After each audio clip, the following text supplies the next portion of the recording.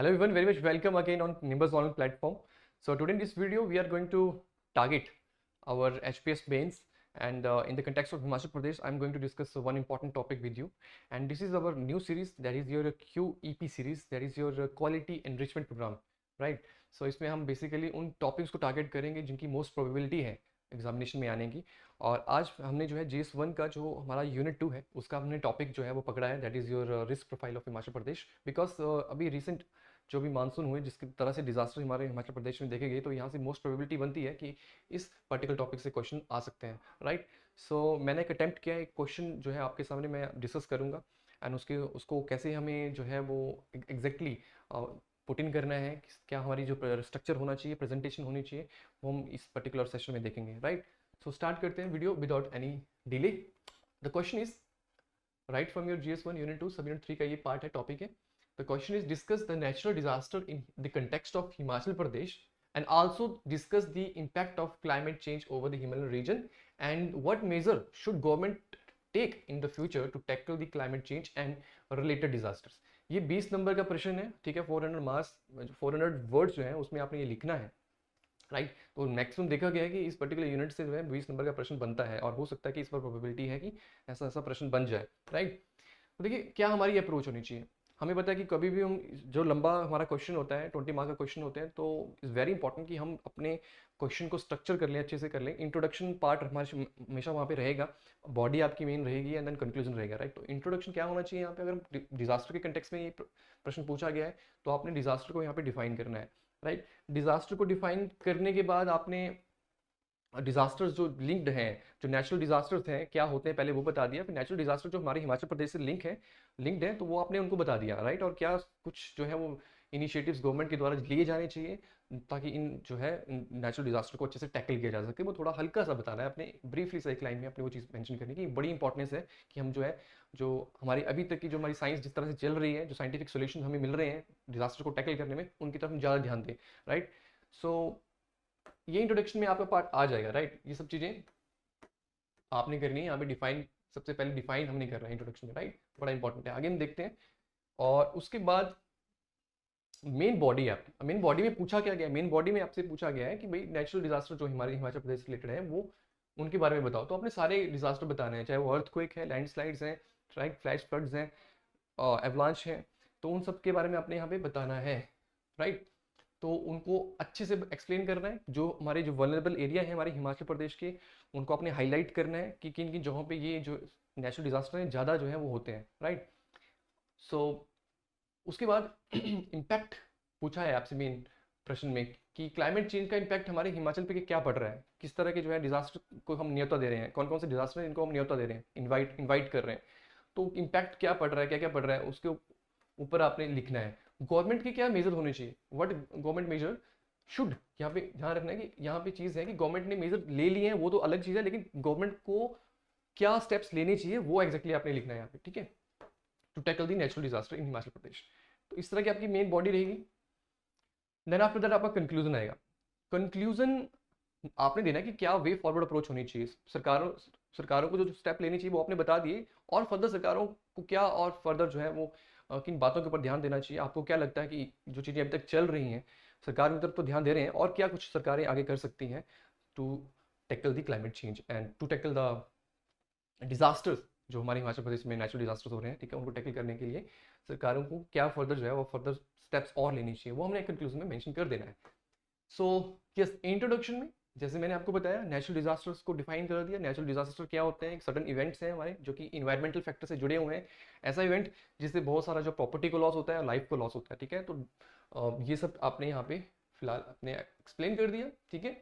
ये चीज़ें आपने एक्सप्लेन कर दी, इन्वायरमेंटल फैक्टर्स की वजह से जो सडन इवेंट्स भी आ रहते हैं, सीवियर इवेंट्स होते हैं जिसकी वजह से जो है आपकी सिग्निफिकेंट डैमेज और लॉस जो है लाइफ को होता है, ठीक है। इसको एक्सप्लेन करने के बाद जो आगे फर्दर आपने बताना है, इस डायग्राम को तो आप आगे भी मेंशन कर सकते हैं, लेकिन इस पर्टिकुलर पिक्चर को मैं बाद में एक्सप्लेन करता हूँ। पहले आपने ये बता दिया, उसके बाद फिर ये डायग्राम आप मेंशन करोगे कि जो रिस्क प्रोफाइल है हमारे हिमाचल प्रदेश की उसको आपने बता दिया रफली सा। तो आप बता दो, पहले पहले आप ये बता दो, बाद में अपनी जो है वो एक जो साइड में पिक्चर जो है जो मैंने अभी दिखाई वो आप बना सकते हो, राइट। उसकी पिक्चर के बारे में मैं बाद में बताता हूँ। तो ये कि यहाँ पर क्या है कि नेचुरल हजार्ड जो हमारे हैं हिमाचल प्रदेश से जुड़े हुए हैं, जैसे अर्थक्वेक है, लैंडस्लाइड्स हैं, फ्लैश फ्लड्स हैं, ठीक है। हमारे पास ग्लेशियल जो लेक जो ग्लेशियल मेल्ट होने की वजह से जो हमारे पास जो फ्लैश फ्लड्स आते हैं, ठीक है, वो हैं। और साथ में आपके यहाँ पे लॉन्च भी आ जाते हैं, ड्रॉट है, ड्रॉट कंडीशन भी क्लाइमेट चेंज की वजह से जो इम्पैक्ट पड़ रहा है, तो भी आप you can say that natural disaster ही है, राइट। तो अपनी बता दें कि कैसी हमारा हिमाचल जो है हिमालय में आते हैं, तो फ्रेजाइल इकोलॉजी है हमारी हिमाचल प्रदेश की, तो जो कि अगर हम इसके साथ कुछ गड़बड़ करते हैं तो नेचुरल डिजास्टर, इन सब डिजास्टर्स की जो है वो जो इनकी वजह से जो होने वाले जो लॉस है वो बहुत ज़्यादा बढ़ जाता है। और गवर्नमेंट को जो है थोड़ा अलर्ट रहना पड़ेगा और थोड़े जो नए साइंटिफिक सोल्यूशन है उनको लेके आने पड़ेंगे, तब जाके हम जो है वो बहुत सारी जो प्रॉपर्टी जो लॉस रिसेंटली हुआ हमने देखा, ठीक है, वो चीज़ें उन चीज़ों से हम बच सकते हैं, ठीक है। तो गवर्नमेंट को बहुत प्रोएक्टिवली जो है काम करने की जरूरत है, तो थोड़ा सा इंट्रो में हमने वो बता दिया। उसके बाद आपने आना है major natural hazards Himachal Pradesh में जो जो हैं, ठीक है। अब सबसे पहले हमारे पास अर्थक्वेक है, ठीक है। तो अर्थक्वेक के बारे में अच्छे से बता रहे हैं, मतलब जस्ट ज़्यादा आपने बहुत ज़्यादा लाइन्स नहीं यहाँ पे लेनी है, जो मेन मेन इंपॉर्टेंट चीज़ें हमें पता होना चाहिए वो अपने यहाँ पे मेंशन करनी है।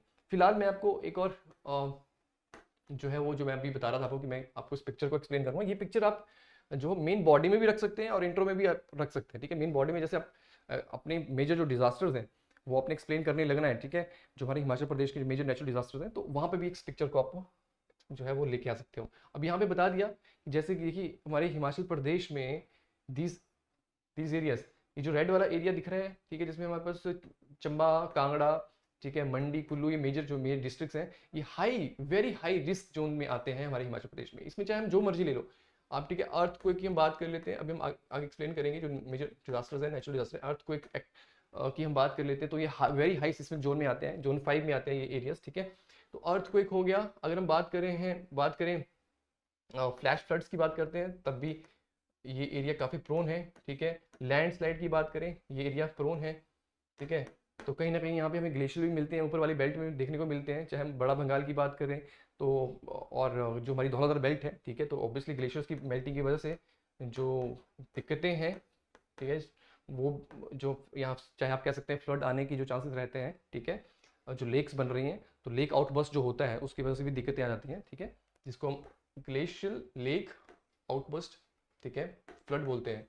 तो ये भी कहीं ना कहीं चीज़ें आप कह सकते हैं कि कहीं ना कहीं तो ये एरिया जो है उन सब डिजास्टर से जुड़ा हुआ है।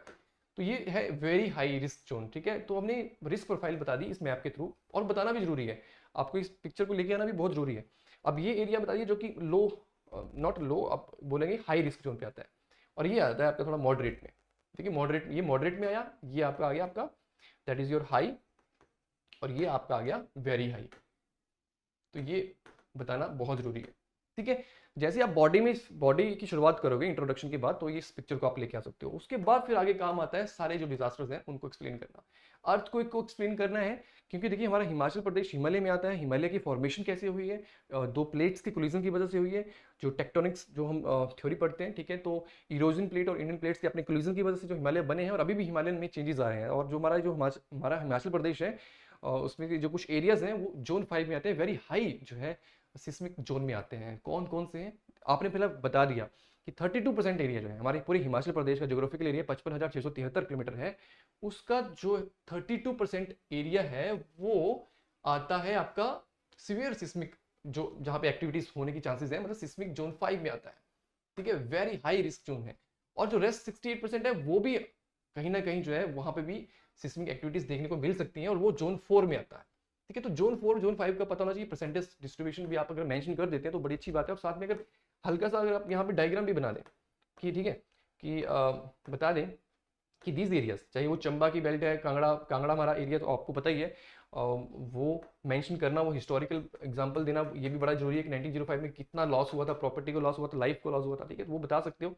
तो ये जो बेल्ट है हमारी मंडी और कांगड़ा और चंबा की जो बेल्ट है, ये बड़ी हमारी जोन 5 में आती है, ठीक है, बड़ा सारा एरिया ये जो है वो हाई सिस्मिक जोन में आता है। उसके बाद कुछ हमने ये बता दिया, किन्नौर भी है वेरी हाई, इसमें कुछ किन्नौर में भी हम देखा है हमने 1975 के आसपास, या कुछ ऐसे टाइम पीरियड में कहीं जहाँ पे सिस्मिक एक्टिविटीज देखी गई हैं। तो किन्नौर, मंडी, चंबा, कांगड़ा जो वेरी हाई इसमें सिस्मिक जोन में ये आते हैं, वेरी हाई सिस्मिक जोन में आते हैं। और बाकी रेस्ट जो एरिया रहता है वो हमारा सिस्मिक जोन 4 में आता है, ठीक है। वो भी एक हाई सिस्मिक जोन हम बोलेंगे, वेरी हाई सिस्मिक जोन जो मैंने आपको बताया, ठीक है। इसमें कांगड़ा, चंबा, मंडी, किन्नौर जैसे एरिया आते हैं, कुल्लू, राइट। तो ये डायग्राम थोड़ा सा आप यहाँ पे बना सकते हो, और ये कुछ आपने इस अर्थक्वेक को मेंशन कर दिया, ठीक है, और जो कुछ वेरी वल्नरेबल एरियाज हैं उनके आपके बारे में आपने बता दिया। उसके बाद फिर फ्लैश फ्लड्स और क्लाउड बर्स्ट। अब फ्लैश फ्लड्स और क्लाउड बर्स्ट, जैसे अर्थक्वेक को आपने बताया कि भाई टेक्टोनिक्स, आपने बताया कि जो प्लेट्स के कोलिजन की वजह से हिमालय बने हैं और ये एरियाज आते हैं, आपने बता दिया कि कौन कौन से एरिया जो हैं जो बहुत ही हाई रिस्क जोन में आते हैं। तो आपने बताया कि क्या फैक्टर है, बेसिकली फैक्टर ये है कि हमारा हिमालय जिस तरह से बने हैं, और जो हमारा जो जियोलॉजिकल कंडीशन है, ठीक है, वो तो फ्लैश फ्लड्स कैसे होते हैं। फ्लैश फ्लड्स का जो मेन है वो क्लाइमेटिकल ये फैक्टर जो है, इसमें मेजर रीजन रहता है कि अगर क्लाइमेट में ज़्यादा इम्पैक्ट, क्लाइमेट की वजह से ज़्यादा जो है वो हमें जो इम्पैक्ट देखने को मिलता है, वो ये जो है वो उसकी वजह से जो है ये डिजास्टर देखने को मिलता है। I mean climate, right.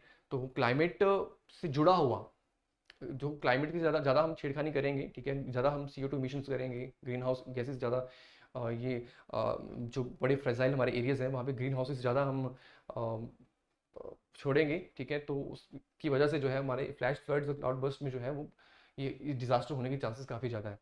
तो एरियाज आपने बता देना है, और ये साथ में आपने एग्जाम्पल भी देना है यहाँ पे।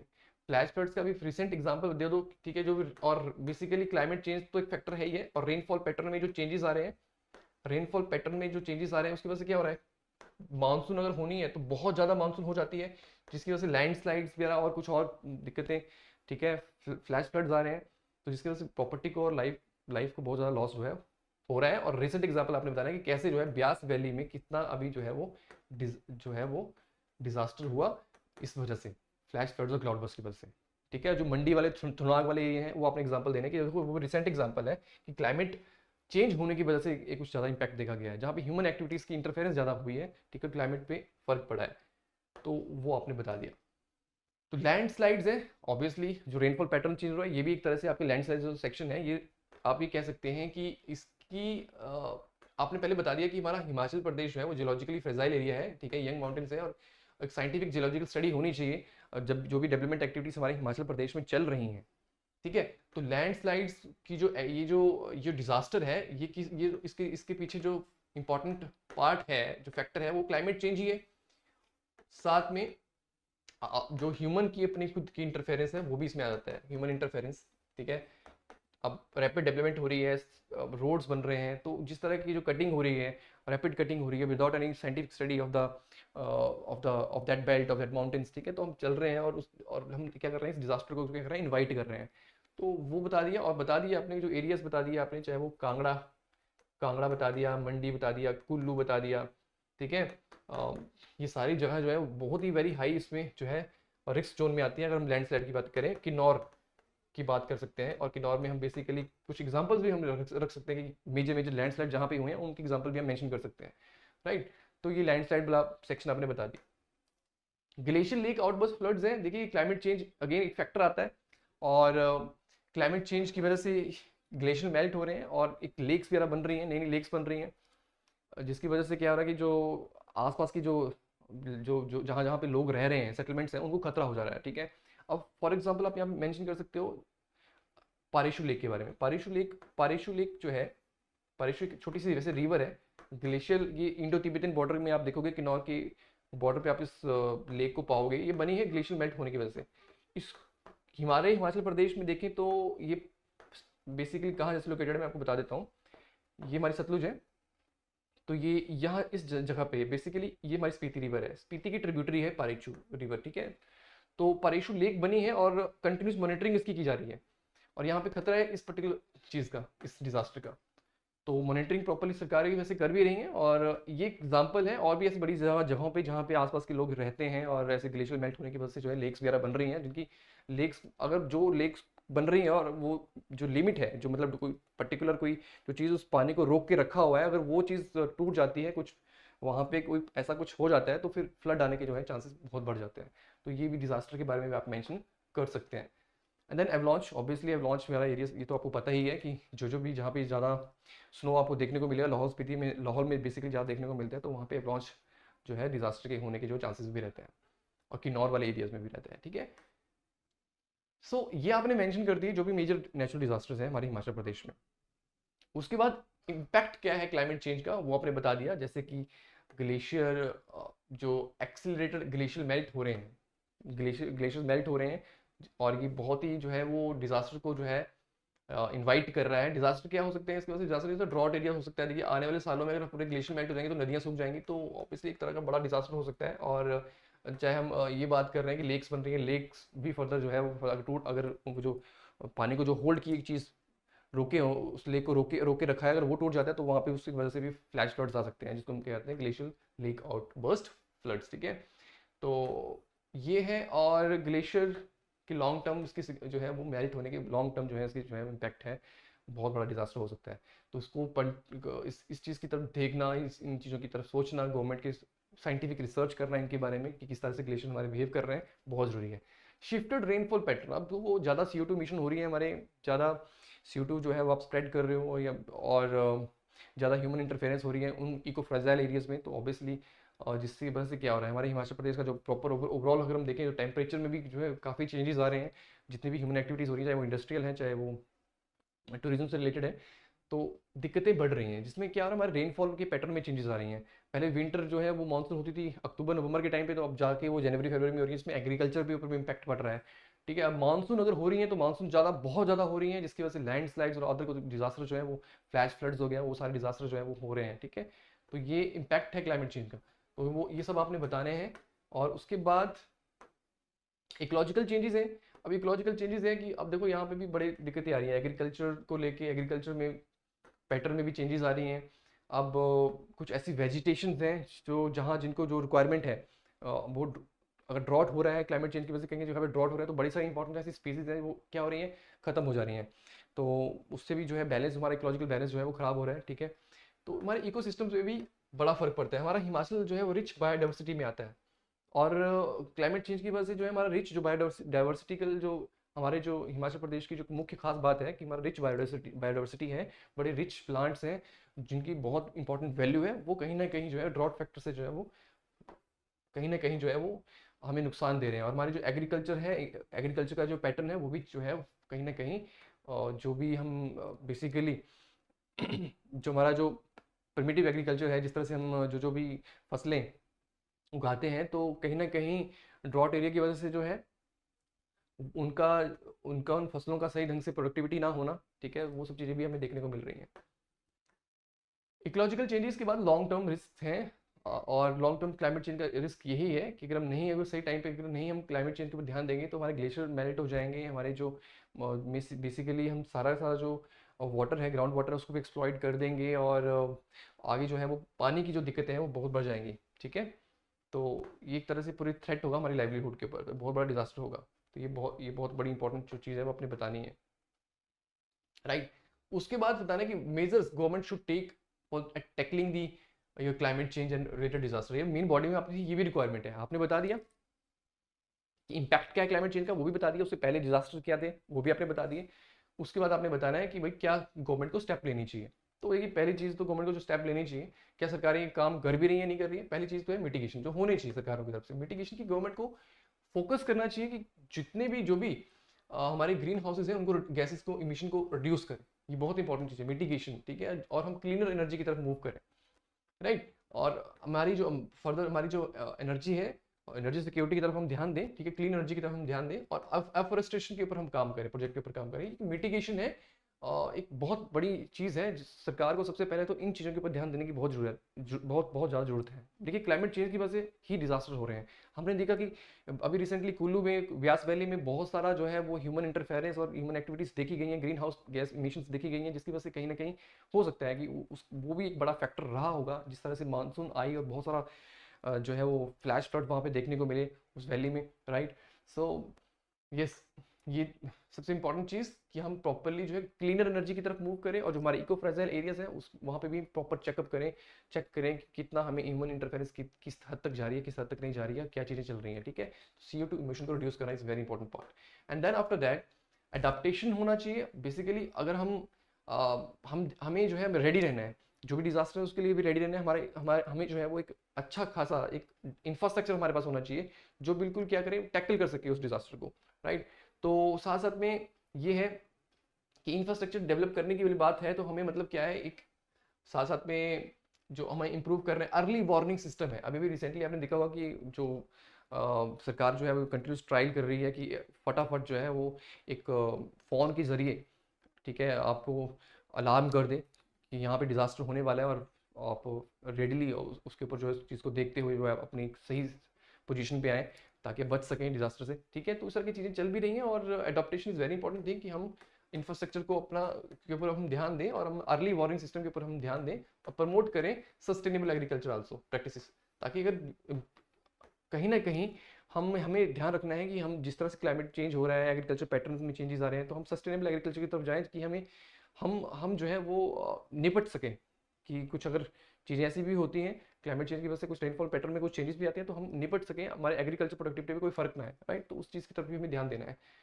सो ये अडोप्टेशन सरकार के प्रयास होने चाहिए कि अच्छा इंफ्रास्ट्रक्चर डेवलप करना है, उसका डिजास्टर प्रिपेयर्डनेस है कि हमें एक रेजिलिएंट इंफ्रास्ट्रक्चर हमारे पास होना चाहिए। फॉर एग्जांपल अगर अर्थक्वेक प्रोन एरियाज जो है वहाँ पे क्या हमने लोगों को अच्छी अवेयरनेस डेवलप की है, कि हमने अच्छे से जो है वहाँ पे जो डेवलपमेंट हो रही है, जो भी इंफ्रास्ट्रक्चर बन रहा है, क्या वो रेजिलिएंट है अर्थक्वेक को टैकल करने की कंटेक्स्ट में, ठीक है।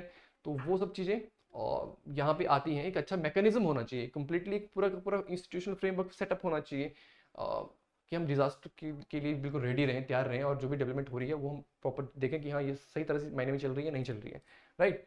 तो ये है। और उसके बाद वाटर रिसोर्स मैनेजमेंट की तरफ सरकार का बनता है कि वो इसके ऊपर भी ध्यान रखें, राइट। और research and monitoring is very important part, ये बहुत इंपॉर्टेंट पार्ट है, इसके ऊपर तो ध्यान देना जरूरी है, क्योंकि देखिए हमारे हिमाचल प्रदेश में सबसे इंपॉर्टेंट ग्लेशियर्स जो हैं, उनको ग्लेशियर्स की मॉनिटरिंग करना, कंटिन्यूस मॉनिटरिंग करना बहुत जरूरी है कि क्या इंपैक्ट पड़ रहा है, और देखें कि कहाँ कहाँ कौन कौन से एरिया में कितना CO2 इमिशन हो रहा है और क्या इंपैक्ट क्लाइमेट पे पड़ रहा है। तो research and monitoring is very very important सब जगहों पे, और ये होना बहुत ज़रूरी है। जो भी हमारी डेवलपमेंट है, उस डेवलपमेंट है, कहते हैं development has a cost connected to it, ठीक है। तो जो कॉस्ट है और डेवलपमेंट है, उस चीज़ को हम बैलेंस करें कि हम जो है अपनी डेवलपमेंट भी करते रहें, और वो डेवलपमेंट जो है वो सस्टेनेबल हो, ताकि हमारी इन्वायरमेंट पे किसी भी तरह का कोई इम्पैक्ट ना पड़े। तो उसके लिए लर्निंग, रिसर्च एंड मॉनिटरिंग होना ये बहुत ज़रूरी है हर महीने में। नेक्स्ट, पब्लिक अवेयरनेस जनरेट करना सरकार का डिजास्टर को लेके कि अच्छा ये चीज़ें इस तरह से हो सकती हैं, हम क्लाइमेट चेंज को टैकल कर सकते हैं, इस तरह से टैकल कर सकते हैं, और आपकी इंडिविजुअल रिस्पॉन्सिबिलिटी क्या होनी चाहिए, राइट। और अगर कुछ डिजास्टर ऐसे होते हैं, अर्थक्वेक आता है, तो उसके रिगार्डिंग आपको किस तरह से चीज़ों को टैकल करना है, क्या आपकी सिचुएशन, आपकी पोजीशन होनी चाहिए, राइट। तो अवेयरनेस रेडी करना, अवेयरनेस जो है वो जनरेट करना is very important part from the government side. और इंटरनेशनल कोऑपरेशन लेना भी बहुत ज़रूरी है। देखिए इंटरनेशनल बहुत ऐसी कंट्रीज है जो अपनी रिसर्च में डिजास्टर को टैकल करने के मामले में बहुत आगे बढ़ चुकी हैं, राइट।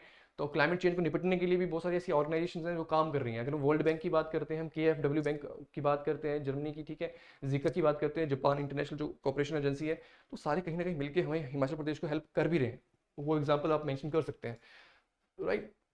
सो ये आपका पार्ट सेक्शन आ जाता है। इसमें आपने क्या कर दिया, जो बॉडी की रिक्वायरमेंट थी right from the starting, disaster को एक्सप्लेन करना, उसके जो कुछ इम्पैक्ट है, क्लाइमेट चेंज का इम्पैक्ट है, वो एक्सप्लेन करना, ठीक है। और जो सरकार के स्टेप होने चाहिए टैकल करने के लिए क्लाइमेट चेंज को, वो या डिजास्टर को टैकल करने के लिए, वो आपने बता दिए। नाउ फर्दर आपने कंक्लूड करना है। कंक्लूड किस तरह से करना है कि क्या चीज़ें एग्जैक्टली अभी सरकारें सब कुछ ये कर भी रही हैं, ये नहीं कर रही हैं, कर रही हैं, तो ठीक है, जो नहीं कर रही हैं उनके बारे में आपने बता देना है कंक्लूजन में, ठीक है। कि सरकार को एग्जैक्टली एक जो हमारी साइंस हमारे पास अवेलेबल है, जो साइंस हमारे पास अवेलेबल है, हमें एग्जैक्टली जब भी हम कहीं भी हमारे डेवलपमेंट प्रोजेक्ट चल रहे हैं, उन डेवलपमेंट प्रोजेक्ट को चलाने से पहले साइंटिफिक स्टडी की जाए कि इन जगहों पे अगर हम ये डेवलपमेंट कर रहे हैं तो वो एग्जैक्टली सही है, किसी तरह के जो हम किसी चीज़ को न्योता तो नहीं दे रहे हैं, हम किसी नेचुरल डिजास्टर को न्योता तो नहीं दे रहे हैं, चाहे वो लैंडस्लाइड है, चाहे वो और फर्दर जो डिजास्टर्स हैं, जो कनेक्टेड डिजास्टर्स रहते हैं, क्या हम उनको न्योता तो नहीं दे रहे हैं, राइट। तो ये बहुत इंपॉर्टेंट है कि हम साइंटिफिक सोल्यूशन की तरफ मूव करें, और लोकल जो कम्युनिटीज़ है और उनके भी साथ में मिलकर जो है वो हम एक डेवलपमेंट प्लान बनाएं, ठीक है। तो साथ साथ में हमारा इंस्टीट्यूशनल कैपेसिटी के ऊपर हम ध्यान दें, टेक्निकल एक्सपर्टाइज हमें हर जगह होनी चाहिए जहाँ पे हम डेवलपमेंट कर रहे हैं, ठीक है। तो और साथ में अभी जो रिसेंट जो डिजास्टर हुआ ब्यास वैली का, वो आप वो कह सकते हैं कि बहुत बड़ा क्वेश्चन खड़ा करता है हमारी जो भी जितने भी पॉलिसी फ्रेमवर्कर्स हैं, कि उनकी फेलियर्स क्या रहे हैं। तो फेलियर्स रहे हैं, तो उसको टैकल करने के लिए आई मीन आगे फर्दर क्या हमारे एक्शन प्लान होने चाहिए, कि ताकि ऐसे फेलियर्स आगे ना हो, और हम कहाँ हमें हमारी भूल हो गई है, और जो हमारे प्रोजेक्ट चल रहे हैं, डेवलपमेंट प्रोजेक्ट चल रहे हैं, क्या हमने जो है वो किस तरह से अभी तक डेवलपमेंट की है, और हमने किन किन चीज़ों को जो है वो ध्यान के ऊपर ध्यान नहीं दिया है, जिसकी वजह से जो है बहुत सारे जो है वो लैंडस्लाइड हमने देखे, राइट। अगर हम शिमला चंडीगढ़ हाईवे की बात कर लेते हैं, या हम जो है मनाली हाईवे की बात कर लेते हैं, ठीक है, जो हमारा चंडीगढ़ मनाली वाला हाईवे है, जिस तरह से फोर लेन पे काम हो रहा है, इतना से ज़्यादा जो है वो रोड्स ब्लॉक हुए ड्यू द लैंडस्लाइड्स, ठीक है। तो वो सारी चीज़ें कि हम सही तरह से डेवलपमेंट जो भी कर रहे हैं वो सही कर रहे हैं या नहीं कर रहे हैं, तो वो सब चीज़ें। और साथ में आप यहाँ पे कंक्लूजन में मैं एक वे फॉरवर्ड अप्रोच अपनी दे सकते हैं कि सरकार को ज़रूरत है अभी इस मोमेंट ऑफ टाइम पे कि अपने आपको खुद को जो जो पास में जो चीज़ें हुई हैं उससे कुछ सीखे, लर्न करें, और एक नई अपने हर एक डेवलपमेंट के लिए एक नए साइंटिफिक सोल्यूशन के साथ आगे बढ़े। और अगर हमारे पास जो रिसोर्सेज हैं, उन रिसोर्सेज का हम अच्छे से यूज़ करें। जो हमारे पास ऑलरेडी इंस्टीट्यूशन सेटअप हैं, चाहे हम एजी सेक की बात करते हैं, एजी सेक हो गया हमारा, जो भी साइंस एंड टेक्नोलॉजी डिपार्टमेंट है, उनकी प्रॉपर जो कंट्रीब्यूशन होनी चाहिए, क्या वो सही तरह से हो रही है, और वो प्रॉपरली अपना काम करें, ठीक है। तो वो जो भी हमारे पास रिसोर्स है, हम रिसोर्स का अच्छे से यूटिलाइज करके हम जितने भी नेचुरल डिजास्टर्स हैं उनको अच्छे से टैकल कर सकते हैं। Government need to be more proactive, right. तो वो चीज़ें आपने थोड़ा सा यहाँ पे बताना है, राइट। तो ये आपका इस तरह से कंक्लूजन हो जाएगा। तो किसी तरह का अगर आपको लगता है कि सजेशन है, कोई डाउट है आपको इस क्वेश्चन के रिगार्डिंग, तो आप प्लीज़ आप कमेंट सेक्शन में बता सकते हैं। So that's it from the video, and I hope कि यू लाइक दिस क्वेश्चन। और ये जो मेरा मकसद था आपको बताना कि सिंप्लीफाइड आप कर सकते हैं, इस तरह से क्वेश्चन होता है तो क्वेश्चन को इस तरह से स्ट्रक्चर आपने करना है, राइट, और अपनी इस तरह से एक्सप्लेन करना है। नेक्स्ट कुछ सेक्शन में भी कुछ इंपॉर्टेंट जो टॉपिक्स हैं जो बनते हैं हमारे एचपीएस मेन से, वो मैं आपके साथ डिस्कस करूंगा। Till then, thank you so much, take care.